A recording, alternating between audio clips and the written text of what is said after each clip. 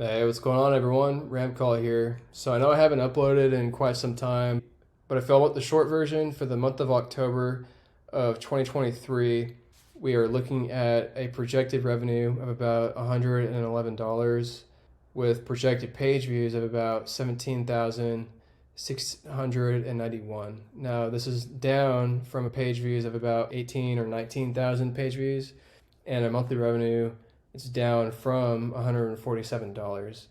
And so if y'all are kind of interested in, what has been going on with the portfolio, stay tuned. I'll be kind of explaining and breaking down what went down in terms of Google updates and the revenue and things I've been actively working towards to improve content and things like that. And so before we get started though, I want to kind of call out as well is that I launched RAMCCALL.com and y'all can go there right now and subscribe to the email list. And I also have a breakdown of all the different socials that I have associated with RAMCCALL. Right now, as of recording this video, I only have like YouTube and Instagram and LinkedIn and maybe even like a blog post or two on there, kind of producing the written version of all these videos. But in the spirit of thinking big and kind of thinking what can I do with this channel and this brand, RAMCCALL, I do have those other categories there. So if you look at merch, like Facebook, X or TikTok or whatever, hopefully as the channel goes and as the journey to $1 million in monthly revenue grow, I do have plans to be expanding my social presence. And so as far as the portfolio goes, so this is the classic RAMCCALL depiction of the portfolio. So we have the monthly revenue, the page views, etc. Still have about 6 websites, 4 of which are monetized and then the other 2 are not. So on the top left of the screen, you can see that there is a drastic increase in page views all the way up past like 200,000 page views per month. And then right around this time last year is when the portfolio really got hit hard by the October 2022 spam update. And for those of you that don't know what these Google updates are in the blogging space, it's basically like you have your blog online and then Google comes out with an update because you get most of your traffic from organic search traffic in Google. They come out with an update and then they just basically stop showing your website. And so you take a pretty big hit in like page views and also monthly revenue. And so as far as like the websites that are actually monetized, again, it's only website 1, 2, 3, and 5. The other 2 or 3 I haven't been able to get monetized, so I'm not putting as much effort into those, but I just want to kind of show y'all what the whole portfolio is looking like these days. So as far as like a technical overview, so again, we have like more of like a spreadsheet version of what I just showed you. So we have the monthly page views, the monthly revenue, number of posts and things like that. And one thing I wanted to call out too, so if you look at April of 2023, so that's when I decided to kind of wait until another Google Core update, because they say like if you get hit by an update, you may want to wait until the next one before you make any changes, because they could easily revert back a lot of the changes that they had made. And so you don't want to like mess with anything until you have like at least 1 or 2 core updates after you get hit. And so I think we got hit by like the September core update and then the October spam update. And so I decided to not do anything and just sit on these websites and just kind of wait and see what happens and just say, okay, let me just wait till another core update happened. And I think around like March or April is when the next one did happen. And the websites didn't actually go down, but I decided to kind of take that as an opportunity to kind of take a step back and look at my long-term vision for this channel and like overall portfolio. And so I think in hindsight, I may have actually hurt the immediate revenue and page views by literally just pushing about probably 85 to 90% of the content. I also went into each of the websites and completely rewrote all the content. I also went ahead and removed all the internal links as well, because I think the fact that number one, I was mass producing content without any consideration for the visitor and like in terms of like pictures or like probably even accuracy or just overall quality of the content. And then number 2, I was using the Link Whisper plugin, which is, by the way, like a really good tool, but you have to use it smart and not just spam links all throughout your website.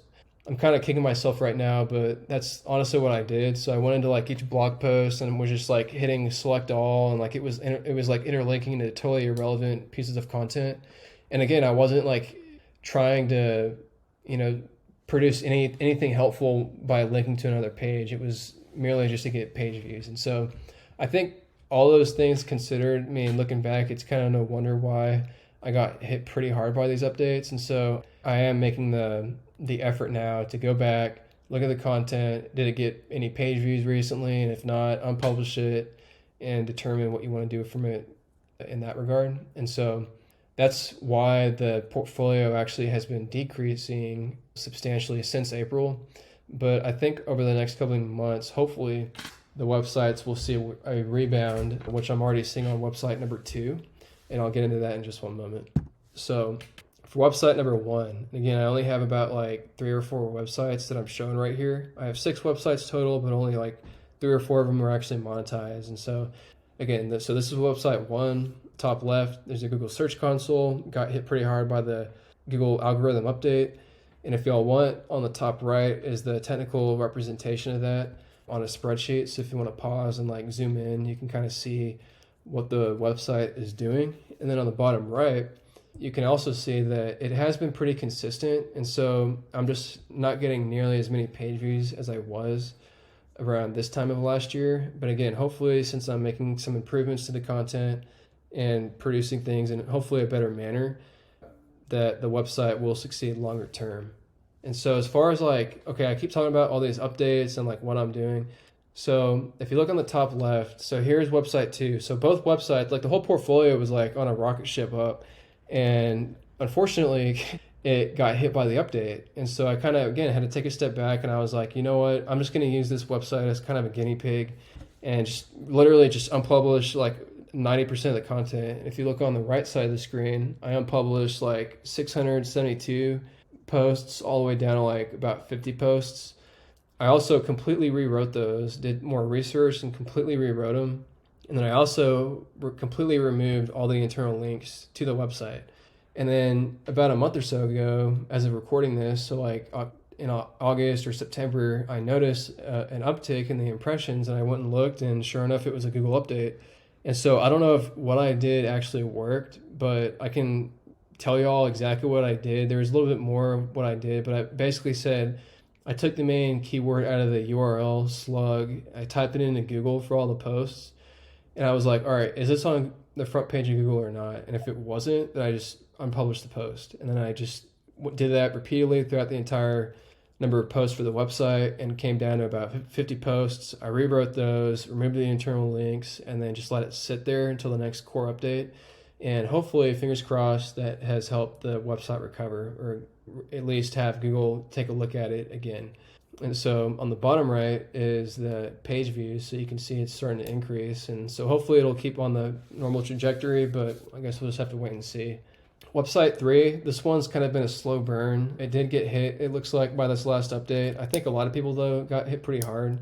This one, following the same sort of like strategy that I sort of theorized in the first 2 websites. So I went ahead and I just looked at which posts were ranking, which ones weren't. I unpublished the posts that weren't ranking on Google, and then I removed all internal links. And I'm also not mass producing content onto this one. I'm also taking a more focused approach to SEO research and strategy and things like that. And so hopefully this one will weather the storms and increase over time. But again, I'm not really in any big hurry right now. I want to take things slow and try and do things the right way.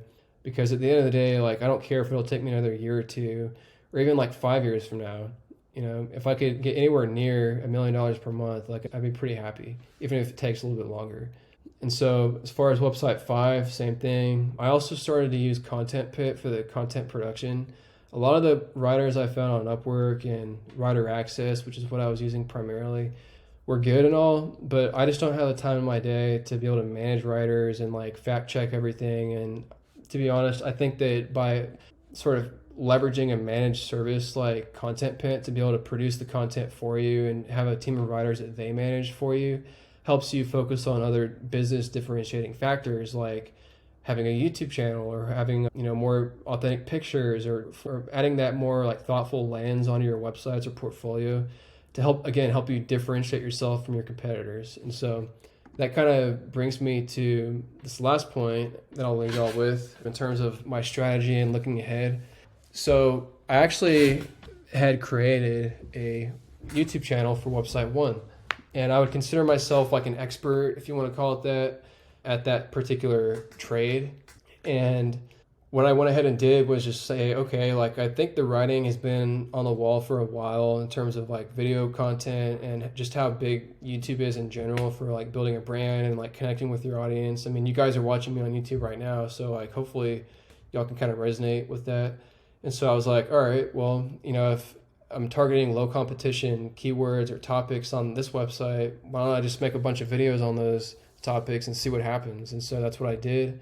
And I purposely front-loaded them this past fall or winter to just kind of see what happens, right?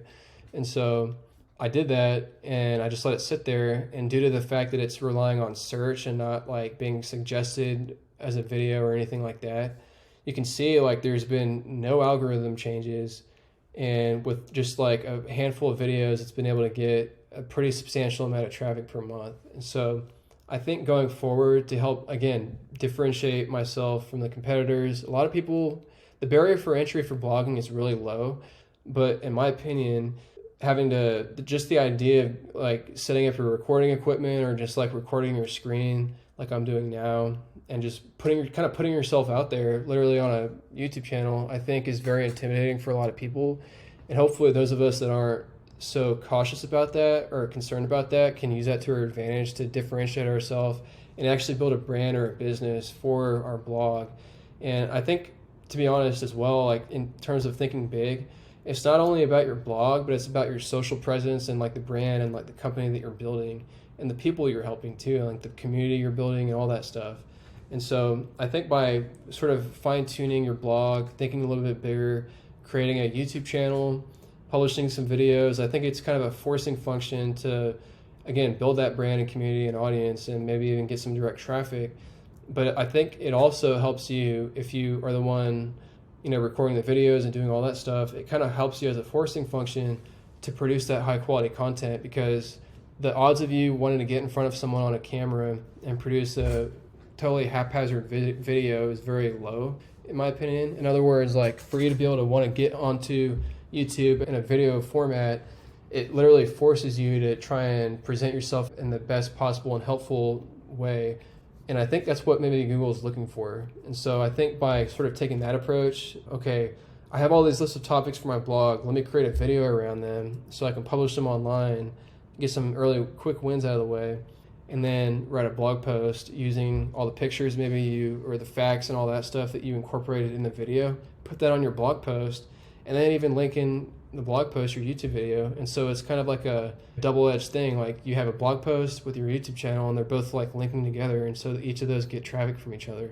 And so I think taking it from that approach as well, hopefully, again, I'm just talking out loud, but hopefully like that'll help serve the portfolio better, more so than the competitors in the space as well. So anyways, y'all, I really do appreciate y'all watching, and I'm going to be honest, one of the reasons why I didn't publish for quite a while is because I was a little bit discouraged on the blog portfolio, and I didn't really know the course of action I should be taking. Like, should I just give up or not?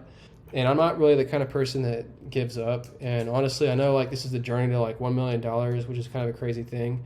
But if I can get anywhere near that, I'm just kind of setting that bar so high that if I can get like anywhere near that, I'm going to be pretty happy. And so hopefully, like if y'all got hit by an update or y'all are feeling discouraged out there, keep at it. Like just don't let anyone tell you can't do it. And also maybe even look into YouTube or something, because it seems to be pretty promising. And so if there's anything y'all can kind of take away from these videos, I hope y'all think it's helpful and like inspiring or anything like that. But please don't give up. Like, I understand it takes quite a bit of time, but yeah. Well, anyways, y'all, I really do appreciate y'all watching again, and I hope y'all have a great day. I'll talk to y'all in the next one. See ya.